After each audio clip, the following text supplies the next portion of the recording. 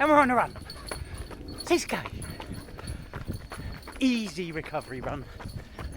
6 minute 14 kilometres, I think the spreadsheet said, but it doesn't really matter as long as it's easy and no pace pushed. I'm joined today by my cousin's fiance, Wilbo Baggins, Will Kingston. He said he wanted to come with me, and the hairy idiot. Oh, who's having a piss? Come on in. This will be the easiest run on earth for her. It's ridiculous. So I'll run 6 and she'll run 12. Anyway, peace. Oh, what a beautiful day. Day 6 marathon training. I feel like I'm on holiday. Music playing, hot tubs waiting for me after the race. Right, I'm going to show you some videos. The wife was there in the corner nursing a hangover because she was out drinking last night because she's a dirty stop out, and now she's resting today. So day 6 now. The order of the videos, people might be thinking, so why day 2, why day 4? So essentially it's an 18-week program that I'm following. This is an amazing spreadsheet, and it was given to me by one of my Francais friends, and he's quite a serious runner, but he was given it by a professional runner. So it's an excellent program, 18-week program. Obviously it's good if you've got a base level of fitness to be able to do these sort of miles that it wants you to do, or kilometres, but still it's good, and you can set it to your speed. And the thing that's beautiful about it is you set your target time. So let me go. So I'm going to go for a 3 hour 30 marathon. Now, full declaration, that was what I was doing, aiming for last time I did one of these things, but it ended up being the hottest on record. So I trained for a 3 hour 30, wasn't telling anyone I was doing a 3 hour 30, I was aiming for a 4 hour. I ended up aiming for a 3:30, but I said to everyone I'm aiming for going under 4. I ended up doing 3:56.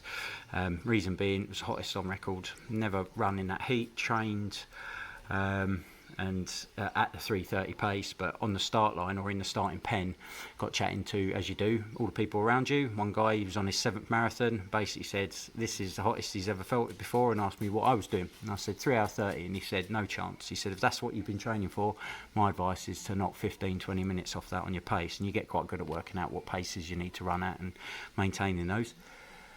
So I nearly didn't listen to him, but luckily I did. I knocked off, so I worked out that I needed to run at X minutes per kilometre to equal a 3 hour 35, 3 hour 45. Ended up nearly not finishing. He basically said, if you go for a 3 hour 30, you won't finish. He said, you'll die. So I ran at a 3:45 pace, and by mile 16, I've never felt so bad. Bearing in mind, you're running like 20 miles towards the end. 22 miles is your maximum distance during your training. I did, and I was hitting that quite, not easily, but you hit it and know that you can do the next 4 miles easy. Not easy, but through grit and determination. But you sort of manage the wall, so to speak. And mile 16 was where I was really starting to struggle.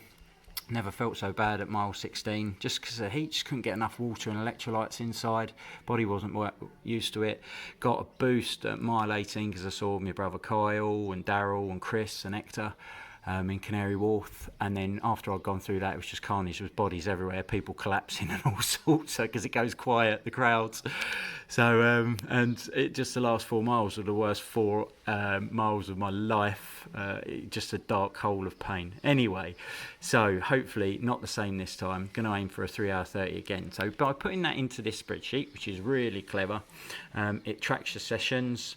You can see week 17 all the way down to week 0, which is obviously marathon week there, and it's basically split into 4 mesocycles. So it's all a bit technical, this, but obviously for those that are interested and want to train for a marathon, this is really good stuff. Can send this to you if you want me to. So the first mesocycle is endurance, so it's all about conditioning. So just getting your muscles, tendons, bones, your body basically used to mileage, so try and avoid that injury. It's not really about speed, although there is speed work in here. Mesocycle 2, it's all about lactic acid threshold and endurance. So you start building speed in this meso cycle, and you can start seeing that your weekly mileage starts getting up to 80k, 86, 79, 70. Biggest week, 88 kilometers there. So in 1 week, 32 kilometer run, which is about 20 miles. No, that's about 20 miles. Actually, you do a bigger run, but a shorter week later on, which is in meso cycle 3, which is race prep. So this is your big numbers, and then if I remember rightly, because I remember this, I ran from Brentwood to Harlow. Donna dropped me off, and I ran back 35k on that Sunday. That's going to be a painful run. 86 miles, and then last week, which is your lovely week, meso 4, sorry, not week, last meso cycle, so last 3 weeks, week 2, week 1 and week 0. So, and it tells you the dates in there, because obviously the London Marathon's October this year, so this is all set for that. Your last week is your taper and your race, so everything starts to drop quite significantly. You can see 71, 32, and then the only reason that's 35 is because you've got marathon day there as well. There, woo! Great day, great day. So it's split into days, split into weeks, and of course, day 1, rest cross training. So day 2 was our first run. It's a lactic threshold run, so you do 13k. 6 of that is at your lactic threshold pace low. So for me, I did 6k and I had to aim for 4-minute 46 kilometers. 4-minute 46 second kilometers. I hit 4-minute 39. You just can't see the 4 in there because it's a cell, but 4-minute 39. So I went a little bit quicker, but it was all right. And I was doing that with Chris, and then you're 14, 5, 5, 8. So it's all good. So what to think about? So I keep a little injury log as well. I'm a bit of a geek when it comes to this stuff. Data, spreadsheets, this is all good. So this is where you put your marathon. I don't think I made it clear earlier that actually when you put this in, it updates all of your paces. It's in there, works out what your max heart rate should be, blah, blah, blah, all your different thresholds, tempo runs, all of that kind of thing. Nutrition, very, very important.